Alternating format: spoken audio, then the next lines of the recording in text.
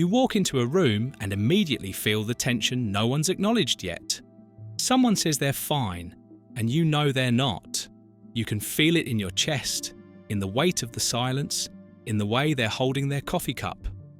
You absorb the mood of every space you enter before anyone said a word, and now you're carrying emotions that aren't even yours. You finish a conversation with a friend who's struggling and you're more exhausted than they are. You listen to someone's story and your body responds like it happened to you. Tight throat, racing heart, tears you have to hide. You can't watch certain movies or read certain news stories because you don't just feel sad about them, you feel destroyed by them. And now you're wondering why everyone else can just move on. If caring deeply is supposed to be beautiful, why does it feel like drowning? If empathy is a gift, why does it cost you so much? You think you're too sensitive. You think something's wrong with the way you're built. You think maybe you'd be happier if you could just feel less, care less, notice less. But what if your emotional depth isn't a flaw in your design? What if it's a specific neurological configuration that makes you experience the world in higher definition than most people? And what if, right now, your brain is doing something extraordinary that most people's brains simply don't do? Something that comes with a cost nobody warned you about. If you could see what's happening in your neural circuitry every time you feel someone else's pain, would you still call it too much? The truth is, emotional depth isn't a personality quirk or a character flaw. It's a measurable difference in how your brain processes social and emotional information. And once you understand what's actually happening in your neural architecture, when you walk into that room and feel everything, the exhaustion starts to make sense. So does the path out of it.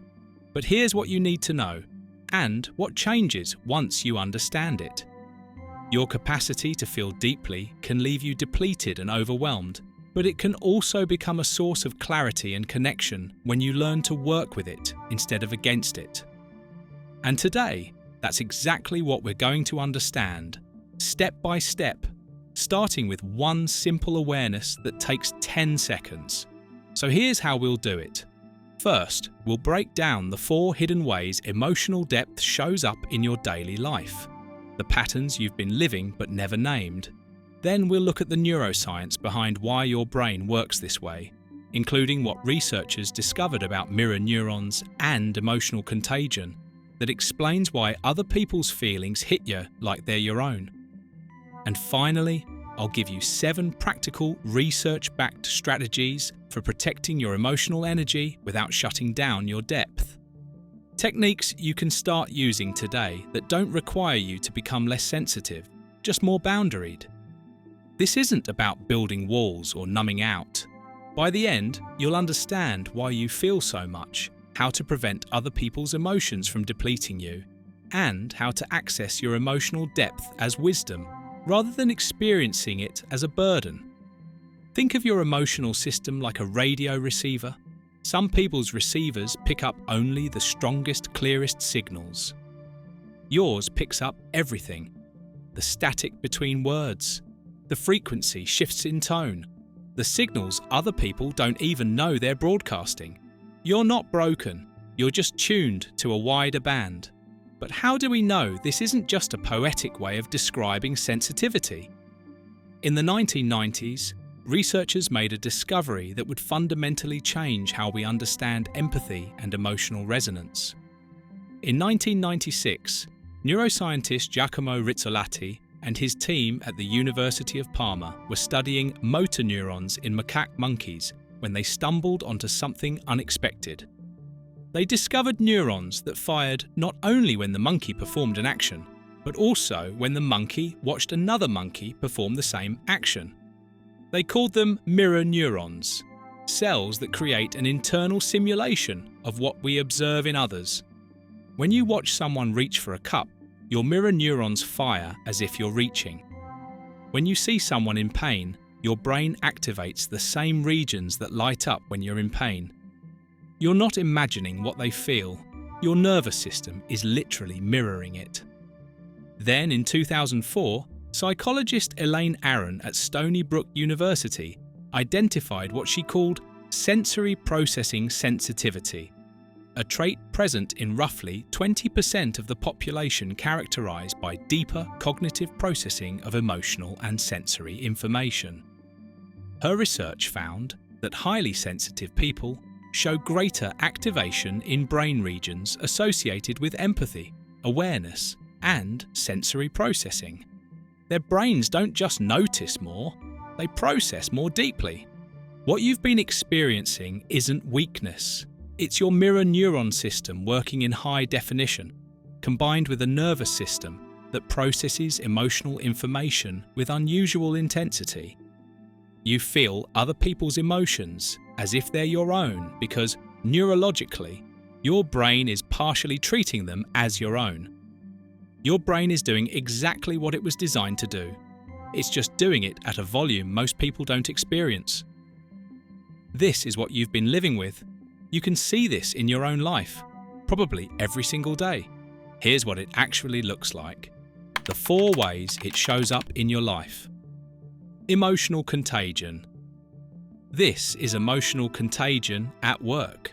You've felt this every time you walk into a room and instantly know something's wrong, even though everyone's smiling. Your nervous system picks up micro-expressions, voice tonality shifts, body language tensions that others don't consciously register. Within seconds, their emotional state becomes your emotional state. You sit down with a friend who's anxious about work, and 20 minutes later, your chest is tight and your thoughts are racing about your job, even though yours is fine. You're in a meeting with someone who's angry, and you leave feeling furious about things that have nothing to do with you. You watch your partner stress about finances, and suddenly you're awake at 3 a.m., running worst-case scenarios that aren't even yours to run.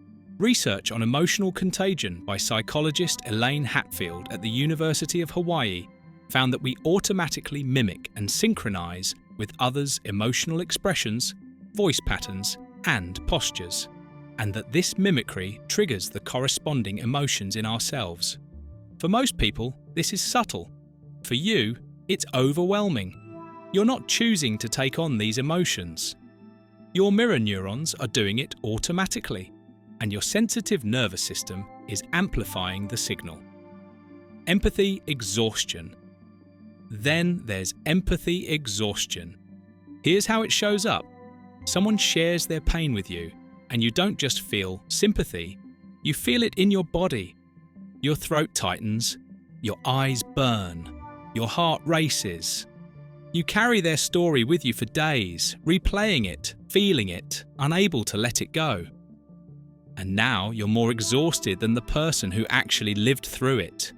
You listen to multiple people's struggles in a single day, friends, co-workers, family, and by evening you're completely drained, not tired from doing things, depleted from feeling things. You've absorbed so much emotional data that your system is overloaded. Psychologist Charles Figley at Tulane University coined the term compassion fatigue to describe the emotional and physical exhaustion that comes from sustained empathic engagement. What healthcare workers and therapists experience occupationally, you experience socially. Every conversation is potentially depleting because your brain is running a full emotional simulation of what the other person is experiencing. Constant emotional monitoring. But emotional contagion feeds into something even more subtle, the constant monitoring. You've developed hypervigilance around other people's emotional states. You're always scanning. Are they okay? Did I say something wrong? Are they mad? Are they sad? What do they need? You read tone in text messages. You analyze pauses in conversations. You notice when someone's smile doesn't reach their eyes. And now you're spending enormous cognitive resources tracking and managing emotional data that most people don't even perceive. This isn't paranoia. This is your sensitive system trying to predict and prevent emotional pain, yours and theirs. But the cost is that you never get to just be present. You're always monitoring, always adjusting, always bracing for the emotional shifts you know are coming. Avoidance of depth. And here's the pattern most people never notice. You've started avoiding depth altogether. You keep conversations surface level because you know where deep conversations lead, to feeling everything. You decline social invitations because groups are overwhelming. You choose solitude not because you prefer it, but because it's the only time you're not managing everyone else's emotional weather. Your gift for emotional connection has become the thing that makes genuine connection feel dangerous. Think of it like living with the volume turned up on every emotional frequency while everyone else has noise-cancelling headphones. You're not experiencing a different emotion. You're experiencing the same emotions at 10 times the intensity, and nobody taught you how to adjust the volume. This isn't your fault. You didn't ask for a nervous system that resonates with others at this frequency. You were born with a brain that processes emotional information more deeply than most. But why does this work this way? Because your brain evolved to do something most people's brains don't prioritize. And understanding this changes everything. Here's what's actually happening beneath the surface. Why your brain built this way. The evolutionary advantage. From an evolutionary perspective, emotional sensitivity wasn't a design flaw, it was a survival advantage. In small hunter-gatherer groups, the people who could read subtle emotional cues, who could sense tension before it became conflict, who could feel when someone was in distress before they asked for help, those people strengthened group cohesion. They were the ones who noticed when someone was struggling and intervened before crisis hit. Your ancestors who carried this trait helped their communities survive. But evolution designed this nervous system for groups of 30 people, not for the constant emotional bombardment of modern life. The neural architecture. Neurologically, here's what's happening. Your mirror neuron system, concentrated in brain regions like the inferior frontal gyrus and anterior cingulate cortex, creates internal simulations of others' experiences. But in highly sensitive people, research by neuroscientist Jadzia Jagielowicz at Stony Brook University found greater activation in areas associated with deeper processing. The insula, which processes emotional awareness, and regions of the prefrontal cortex linked to empathy and perspective taking. Your brain doesn't just mirror, it amplifies and integrates. Think of your neural architecture like a concert hall designed for perfect acoustics. Every sound is crisp, clear, resonant. Most people's brains are like open fields. Sound dissipates quickly. Yours captures every frequency and lets it reverberate. When someone shares pain, your insula doesn't just register it, it processes it deeply, personally, viscerally. The processing loop. But here's where it compounds. Your default mode network, the brain's background processing system, is also more active. This network is responsible for self-referential thinking, memory consolidation, and imagining others' perspectives. Research shows that highly sensitive people have stronger connectivity in this network, meaning you don't just experience the emotion in the moment. You continue processing it afterward, replaying it, analysing it, feeling it again and again. The emotional data doesn't clear, it loops. The stress response. Then there's your stress response system. When you absorb others' distress, your amygdala, your brain's threat detector, can interpret that emotional input as a threat to you. Your body releases cortisol. Your nervous system shifts into vigilance mode. You're not just empathizing. You're entering a physiological stress response to emotions that aren't even happening to you. Over time, this chronic activation keeps your nervous system in a state of heightened reactivity. You become more sensitive because your system is already activated, already on alert, already interpreting emotional data as potential danger. The universal understanding. This understanding appears across different wisdom traditions, all arriving at the same insight through different paths. Ancient Buddhist psychology described this as the porous boundary between self and other. the recognition that suffering spreads through contact. Stoic philosophers like Marcus Aurelius wrote about the need to distinguish between what belongs to you and what belongs to others, noting that we suffer more in imagination than in reality. Carl Jung described empaths as people whose unconscious is particularly receptive to the unconscious of others. And modern neuroscience confirms what these traditions understood intuitively. Your brain doesn't have the same boundary mechanisms that other brains use to filter emotional information. The cultural amplification. The social and cultural dimension amplifies all of this. You grew up in a world that valorizes emotional availability while providing no education on emotional boundaries. You learned that caring means absorbing, that being there for someone means feeling what they feel, that setting limits makes you selfish, so you developed no defenses, no filters, no off switch. You stayed open because openness was praised, and nobody warned you that openness without boundaries leads to depletion. This is what you've been up against, a neurological configuration designed for deep processing combined with a modern world that generates emotional input at an overwhelming rate, amplified by a culture that taught you to stay open at all costs. This is what you've been up against. A brain built for depth in a world built for speed, taught that boundaries are barriers instead of what they actually are, the thing that makes sustainable connection possible.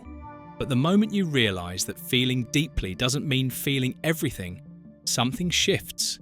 You don't have to decrease your capacity to feel. You just have to learn what belongs to you and what doesn't. And once you have that distinction, your emotional depth stops being a liability and becomes exactly what it was meant to be: a profound capacity for understanding. Here's how. The 7 strategies that protect your depth. Strategy 1. The separation question. Start with the simplest practice, the one that works even in the moment when you're already overwhelmed. It's called the separation question, and it takes 10 seconds. The moment you notice yourself feeling something intense, pause and ask, "Is this mine?" Not philosophically, literally. Did this feeling start in my body? Or did it start when I walked into this room, started this conversation, read this message? Neuroscientist Lisa Feldman Barrett at Northeastern University found that simply labeling emotional experiences, what she calls affect labeling, reduces activity in the amygdala and increases activity in the prefrontal cortex. You're not suppressing the emotion. You're creating enough space between stimulus and response to choose what you do with it. When you ask, "Is this mine?" you're activating your metacognitive awareness, pulling yourself out of the emotional simulation your mirror neurons are running. Try it right now. Notice what you're feeling. Just name it: anxious, tired, heavy, restless. Now ask, did this feeling start in me, or am I picking it up from something external? You don't need the answer to be certain. The question alone creates separation, and separation is how you stop being swept away. Strategy 2. Physical boundary. Resets. Once you've practiced that awareness, here's what to add. Physical boundary resets. When you notice you're absorbing someone else's emotional state, you need a physiological intervention that signals to your nervous system. This is where I end and they begin. The most effective is breath pattern disruption, intentionally changing your breathing rhythm to break the mimicry cycle. Research on respiratory cardiovascular coupling by neuroscientist Andrew Huberman at Stanford found that changing your breath pattern, particularly extending your exhales, activates the parasympathetic nervous system and interrupts stress responses. When you feel yourself merging with someone's anxiety or sadness, take 3 breaths where the exhale is twice as long as the inhale. Count if that helps. 4 seconds in, 8 seconds out. This isn't about calming down, it's about creating a physiological marker that says, "I'm me, they're them." My breath is mine. You can do this silently in conversation. Nobody needs to know you're resetting your nervous system while they're talking, but your body will know, and that's what matters. Strategy 3. Compassionate witnessing. Here's a technique that works even in the hardest moments. When you're with someone in acute distress and every cell in your body wants to merge with their pain. It's called compassionate witnessing, and it's different from empathic absorption. Absorption says, I feel what you feel. Witnessing says, I see what you feel, and I'm here with you in it. The shift is subtle but neurologically significant. Psychologist Kristin Neff at the University of Texas, who studies self-compassion, distinguishes between empathic distress, which activates your own pain networks, and empathic concern, which activates caregiving and connection networks without the personal suffering.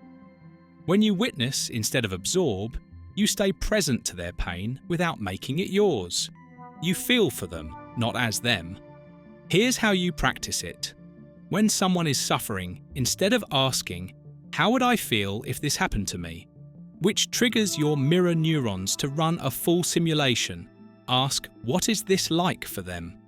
The language shift redirects your brain from simulation to observation. You're still deeply present. You're still emotionally attuned, but you're not drowning in a pain that isn't yours to carry. Strategy 4. Emotional data sorting. Another powerful practice is what I call emotional data sorting. At the end of each day, take 2 minutes to physically sort what you felt. Get a piece of paper. Draw 2 columns. Mine and not mine. List the emotions you felt today and honestly categorize them. That anxiety during the meeting, was that your anxiety about the project, or were you picking up your colleague's stress? That heaviness after talking to your friend, is that your sadness, or did you absorb theirs? This isn't about dismissing emotions or pretending you didn't feel them. It's about clarity. Research on expressive writing by psychologist James Pennebaker at the University of Texas found that writing about emotional experiences for just 15 to 20 minutes improves immune function, reduces stress, and increases emotional processing capacity. When you externalize what you're carrying, you create distance. And distance allows you to decide what to keep and what to release. Strategy 5. Pre-conversation boundaries. Here's the strategy that changed everything for me personally. Pre-conversation boundaries. Before you enter an emotionally intense situation, a difficult conversation, a social gathering, a phone call with someone who tends to overwhelm you, set a clear internal boundary. Tell yourself, I'm here to listen and support, but I'm not here to absorb. I can be present without taking this into my body. Research by psychologist Roy Baumeister at Florida State University on implementation intentions, specific if-then plans, found that people who pre-commit to behavioral responses are significantly more likely to follow through. When you decide ahead of time how you'll show up, you're less likely to default to your habitual pattern of merging. You can even say it out loud if you're alone. I'm going to be present, but I'm not going to carry this afterward. Strategy 6. Somatic boundary practice. Then there's somatic boundary practice, using your body to reinforce psychological limits.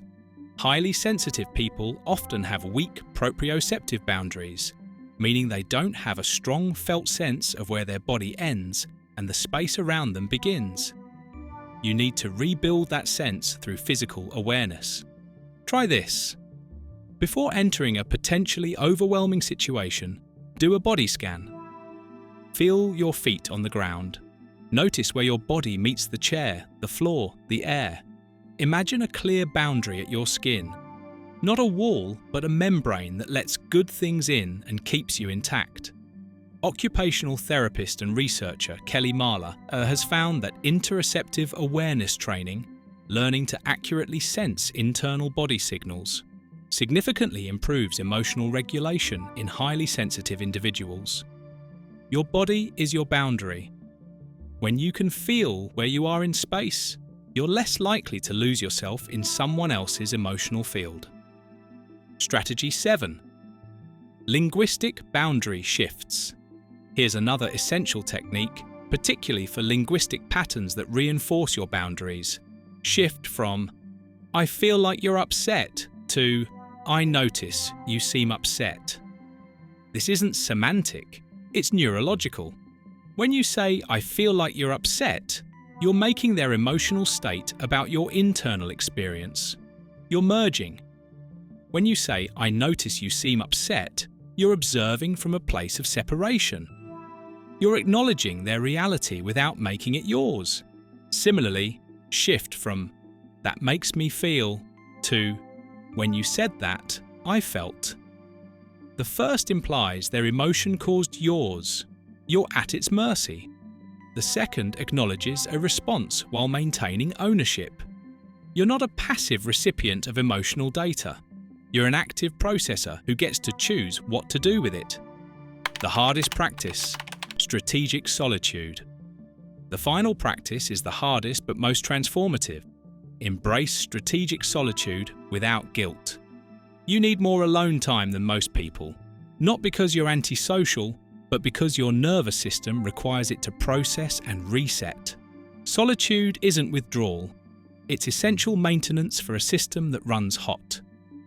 Research by psychologist Thuy Nguyen at the University of Rochester found that solitude, when chosen intentionally, decreases stress and increases emotional regulation, but only when people don't feel guilty about needing it.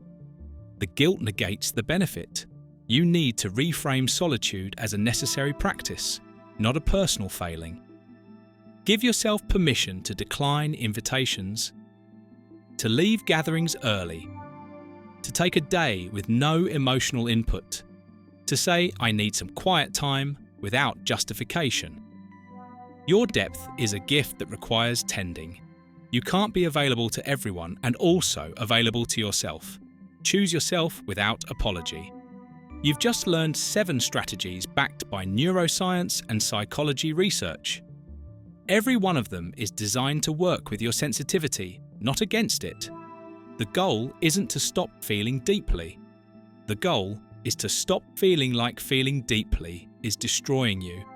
When you can distinguish between what's yours and what's not, your emotional depth stops being a curse and starts being what it was always meant to be: a profound capacity to understand and connect. And here's the truth about that: the difficulty is actually the point, the path forward. Let's be honest, learning to work with emotional depth instead of drowning in it isn't a weekend project. We're talking about retraining neural pathways that have been reinforced for years, maybe your entire life. There will be days when you still absorb everything, when the separation question doesn't work, when you leave a conversation completely depleted despite your best intentions. That's not failure. That's the reality of being human with a nervous system built for depth. We don't transcend our wiring overnight. We learn to work with it gradually, with patience, with self-compassion. But here's what I want you to hear. Your emotional depth, the thing that has felt like a burden, like a design flaw, like the reason you can't just be normal, is also your greatest gift. The same mirror neurons that make you absorb others' pain also give you the capacity to understand what people are feeling before they can name it. The same sensitivity that exhausts you is what makes people feel seen in your presence. The same deep processing that loops emotions is what allows you to make connections others miss. Before you go, I need to ask you something, and I really want you to answer this honestly in the comments. Which of these strategies are you going to try first? The separation question, physical boundary resets, compassionate witnessing instead of empathic absorption. Tell me which one resonates most with where you are right now. And if you've already developed your own boundary practices for managing emotional sensitivity, share them. This comment section can become a resource for everyone who's been drowning in their depth. and searching for a way to breathe. Let's build that together. And if this resonated with you, here's what I need you to do.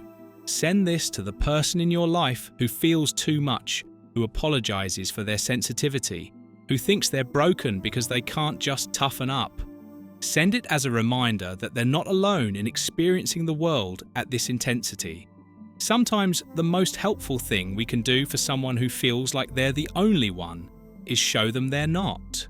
Share this if it helped you understand yourself better, or if it helped you understand someone you love.